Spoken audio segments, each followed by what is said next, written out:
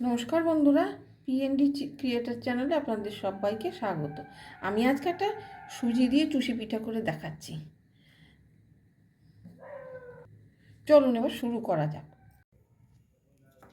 আমি এখন এই সুজি দিয়ে চুষি পিঠাটা এখন তৈরি করছি। আমি একটুখানি সুজি নিয়েছি আর একটুখানি ঘি নিয়েছি। এবারে ঘিটাকে দিয়ে আর সুজিটাকে দিয়ে একটু ভাজা ভাজা করে নেব।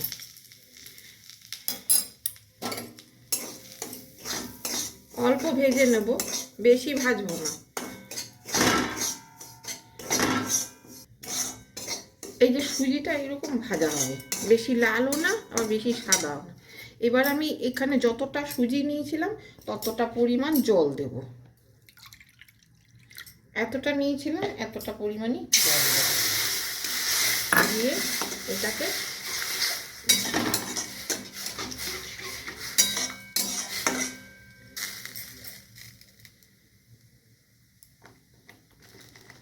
এবার ফুটতে দেব। এই যে সুজিটা আবার এইরকম হয়ে গেছে। তো এইবারে আমি এটাকে নামিয়ে নেব, নামিয়ে ঠান্ডা হতে দেবো। এবার আমি এই দুধটা জাল দিয়ে নেবো। এখানে 1 লিটার দুধ আছে। এটা আমি ওটা ঠান্ডা হতে হতে একটা জাল দিয়ে নেব। একটু ঘন হবে আর কি।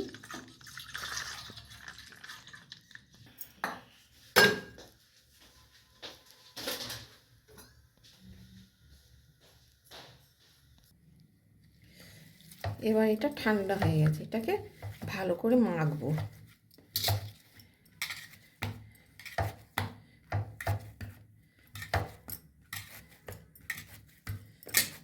যদি হাতে লেগে যায় একটু ময়দা দিয়ে দিতে পারেন, ময়দা দিয়েও মাখতে পারেন।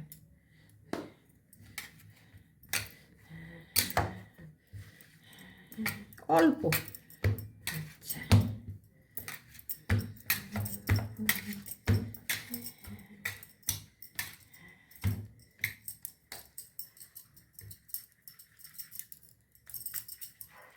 এবার এগুলোকে এরকম করে নিতে হবে,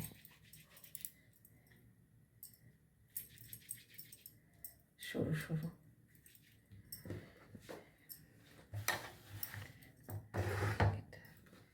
এবার এই চাকতির উপরে একটু ময়দা মাখাতে হবে। মাখিয়ে হাতের এইখানটা দিয়ে এই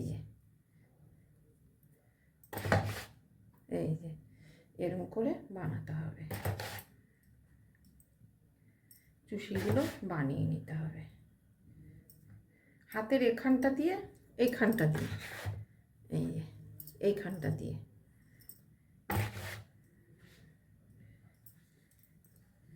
ঝটপট হবে, একটু সরু করে নিয়ে তারপরে করতে হবে। এইভাবে আমি সব চুষিগুলো করে নেব।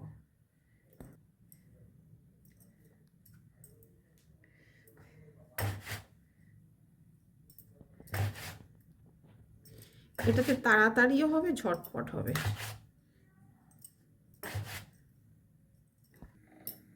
এই যে আমার সব চুষিগুলো বানানো হয়ে গেছে। আমার দুধটাও জাল হয়ে গেছে। হ্যাঁ, বেশি ঘন করতে হবে না, আবার বেশি পাতলাও থাকবে না দুধটা। এইরকম পরিমাণে, কারণ সুজির চুষি তো দুধ একটু ইয়ে করে নেবে। এখন আমি এতে মেশাবো গুড়।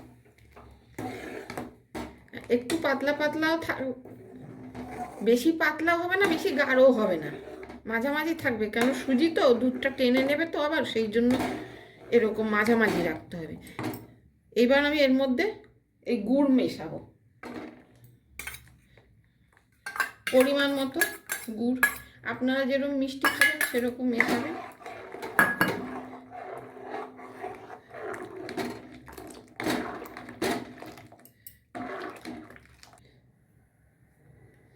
এবার আমি এর মধ্যে সুজির চুষিগুলো দিয়ে দেবো।